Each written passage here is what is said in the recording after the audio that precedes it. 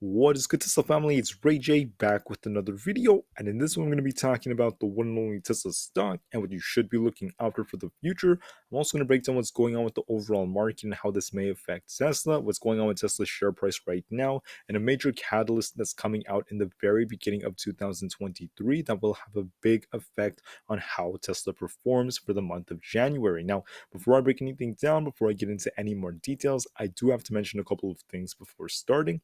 Firstly, I'm not a financial planner. Take none of this as financial advice whatsoever. And also, if you guys can, please smash the like button if you want to see more videos like this. It not only benefits me, it benefits the entire Tesla community as a whole. And the last things, if you guys can, please check out the Webull link down below and in the description. If you sign up for Webull, the link down below, and deposit any amount of money into the account, you're guaranteed up to 12 free stocks, each worth up to $2,000. And the best part is, any could be a free Tesla share. It's a limited time offer. The offer ends in just 3 days. Check it out before they run out. With that out of the way, let's get on with the video. Looking at Tesla, this thing is up about 3.31% for the day. It did outperform the market by some margin, and that's actually very nice to see after such a long time. However, I do have to warn everyone that look, maybe Tesla continues to push up. Maybe this thing wants to go for this gap resistance level, and we want to see this thing push up more. But I wouldn't be too comfortable in either direction just yet, because to start off 2023, Tesla has their massive, big reports coming out. They're going to talk about how many of these cars that they produced for the calendar year of 2022, how many did they deliver, and it could really cause the share price to either crash or get a big push to the upside, depending on how the data is interpreted and how well Tesla actually does. So please watch out for that. The data comes out in just a couple of days near the very beginning of 2023. And like I said before, it's going to really affect us, right? So now the real question is, what is Tesla doing until then? All right. And you have to remember that Tesla was down over 10% yesterday. It crashed pretty hard after the news about Shanghai, and it's really being affected by the collective market. However, something changed, and that's the fact that the SSR rule was present on Tesla. And this did actually help it out when it comes to it moving to the upside. So what basically happened with the SSR rule is, when a stock drops over 10%, it makes it a lot more difficult to short the stock. That's because of the new restriction that came out. And then what ends up happening is, when the stock makes a move to the upside the next day, they can't really short it when it comes down. They have to wait for it to go up to do so. So this did actually play a role in why Tesla did close green today. This does not mean that Tesla is just like so weak to the point where it had to depend on this, but this may have actually triggered some momentum for Tesla, as we are starting to see buyers step in. They are gaining some interest, and this could be good for Tesla temporarily. Now, what else is interesting is Tesla tends to not be very green on those Thursdays, and seeing the higher short interest, if it continues to push, we could see some shorts start to cover their positions temporarily to push the share price up a little bit more. But I don't expect this to be too crazy of a rally. I think it's going to be quite minor. We did see some buying pressure come in, so there are some good things out there. The price price ratio is likely going to bounce a bit, showing some more strength as Tesla outperformed the entire market for the most part. Now, what else is interesting is we have some interesting data coming out. I believe for Thursday, we have jobless claims coming out, and we need to see this, right, better than expected. We need to see more jobless claims for the market to have any hope of maybe bouncing. And that's because of the fact that the market wants there to be some pain. The market wants there to be pain in the unemployment sector. We want to see higher unemployment. We want to see more jobless claims. And that in turn could actually push the market up just a little bit here and there. But if this is lower than expected, if there are less jobless claims, the market could still take another hit. And that's why I'm going to be very careful tomorrow. So what do I expect to happen in the markets? Tesla seems to have formed a nice double bottom like formation, got a nice bounce off that. And you could even argue that it's starting to resemble an inverse head and shoulders like formation. There's no confirmation of this just yet until we get more information about what the market's doing. But I do believe that Tesla has some potential now to try to push up, as we did see some decent volume today. It wasn't necessarily great, but it was pretty decent. And I believe what's set to happen is a nice continuation to the upside. Now, like I said, I don't expect this to last forever, but I want to actually break down what's happening in the overall market and how this could affect Tesla. So, on SPY, to start us off, we have a very interesting setup. This is resembling an inverse head and shoulders like formation, but if it doesn't play out, there are three possibilities to watch for. All right, here's the first one. This may be an inverse head and shoulders. Maybe we bounce from here off where we basically closed at and we see the market just push up tomorrow. This could help Tesla push up.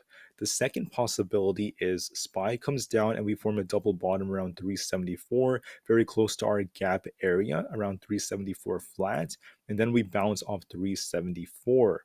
And the third possibility would be there's another thing that happens. Maybe jobless claims aren't the best, and we see SPY crash to 370 and then finally bounce. All right, so I believe we're either going to bounce where we're at, or we bounce off 374, or we bounce off 370. One of those will most likely be the point where SPY ends up bouncing and we see this thing start to push up, retest 383 over the next few days, maybe break above it and start pushing to the upside. Now, why do I think that's likely to happen? If you look at the daily on SPY and you look at the 20 moving average, let me just close up all of these drawings. It's kind of messy, but going back, if you look at the blue line right here, the blue moving average, you could see we have a tendency of basically breaking below it, retesting it, then continuing to crash. All right, look at what happened in March. We had the March run up approaching us like right here. What happened? We basically came tumbling down before. All right, we push up to retest the 20 moving average in March, then we come down, then we have another rally. This was the March rally right here. We come down, we get a small bounce, we retest the 20 moving average around April, then we continue to crash. We try to touch it again, then we crash, and then we basically continue from there. Going into like August, we had this big rally. Market comes down. We touch the 20 moving average, we come down, push up, and we touch the blue line again before we continue to crash. And what's happening right now in the markets? Right? We were above the blue line. We have a double top like formation. We come down and we basically sold off almost every single day with very little upside after that.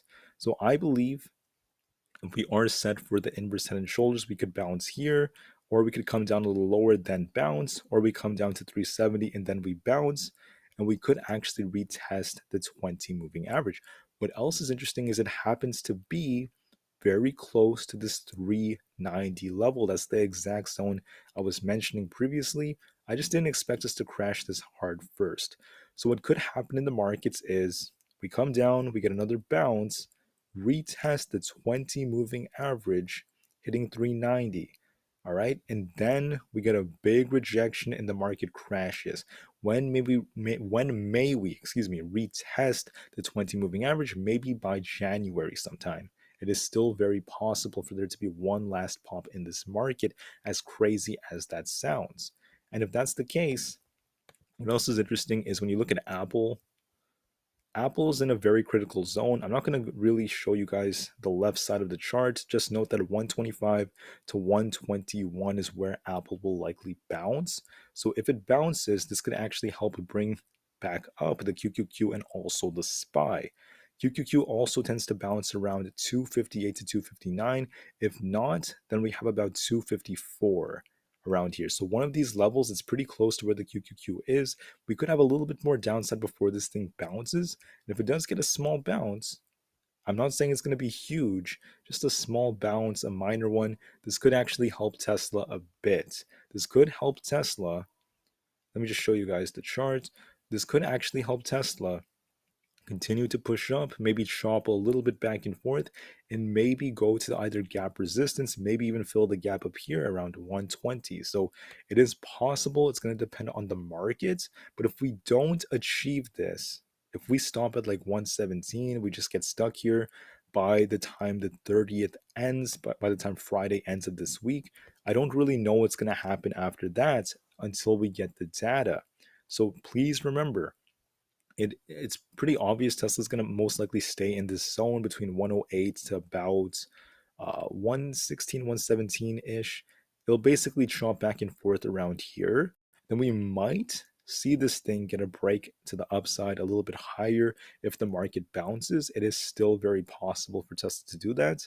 It is still possible to see Tesla retest 120. But like I said before, that I'm just talking about the next 2 days, because once we get to 2023 in January, the reports are going to come out for Tesla. It could really go either way. It could come crashing down to these zones I mentioned previously. I'm not like kind of backtracking on what I said previously. It is still possible for Tesla to come down to these levels in 2023. Okay, the market is likely going to crash, but how Tesla starts off the year is going to depend on the report. In 2023, if the report's very bad, Tesla misses big time on deliveries and production expectations, this thing could come down to start filling these gaps and retest 100. It still is very possible. Or if Tesla does very well, if maybe they're just a little bit off on deliveries, but they end up beating on production, that could be a very good catalyst for Tesla. And maybe to start up 2023, this thing gets a big pop to the upside. We start filling these gaps. This thing slowly rallies back to these chop zones up here. That's also possible. I don't really know exactly what Tesla's report will tell us. I'm pretty confident they're not going to really meet expectations on deliveries, seeing what's happening in China. But I don't think that's going to matter as much as production. I think production is going to be the bigger thing that analysts are looking at, because they know Tesla could eventually there's going to be a new backlog. Eventually more buyers will come in. So it's important to note all of these things. For tomorrow, what do I expect for Tesla? Well, for the short term, I'm seeing this thing just chopping back and forth. I wouldn't be surprised if it just continues to get tighter, bounces back and forth between this 114 to about 108 zone, and it might actually try breaking to the upside if the market gets a bounce. So it's going to depend a lot on the market, in my opinion. Even though Tesla is outperforming, there is potential for it to do even better if the market starts helping it on the sidelines. So if more buyers step in, I'm expecting Tesla to chomp back and forth, and maybe if it actually breaks about this 115-ish zone, we could see it retest about 117. If it manages to do that, if it breaks 117, I'd expect this thing to fly to the resistance right over here, which is the gap resistance around 120. So we have to see how the market performs. We have to see if Tesla excuse me, sorry guys, if Tesla could actually get a nice bounce. I believe that it's very likely this thing is just going to chop back and forth and maybe push a little bit for it. I'm really hoping we can see this thing retest 117, maybe break above it, but we'll just have to wait and see. Also, remember, it depends on the news, because I can't really predict exactly what headlines will come out tomorrow. Sometimes unexpected things happen, but I do believe the market is likely going to see a bounce, a counter rally. So I do believe this should help Tesla over the next couple of days. And I wouldn't be surprised if Tesla is more likely to push up to this 117 to 120 zone. All right, so my bias is a little bit more bullish than bearish for the next couple of days, but I don't know exactly what's going to happen to start up 2023 until I see the data we need to see for Tesla. Anyways, thank you all so much for listening. Be on the lookout for the jobless claims report that comes out. It's going to be very important as well. And like I said before, I'm a little bit more optimistic. I want to see Tesla continue to push up. And I do believe that it's a little bit more likely to be bullish. I do believe it's going to range trade a lot tomorrow, just bounce back and forth, but we could get a break to the upside again and see a bullish continuation. That's what I'm hoping for. Please watch these levels. Watch 117 followed by 120 if it could actually get to those levels.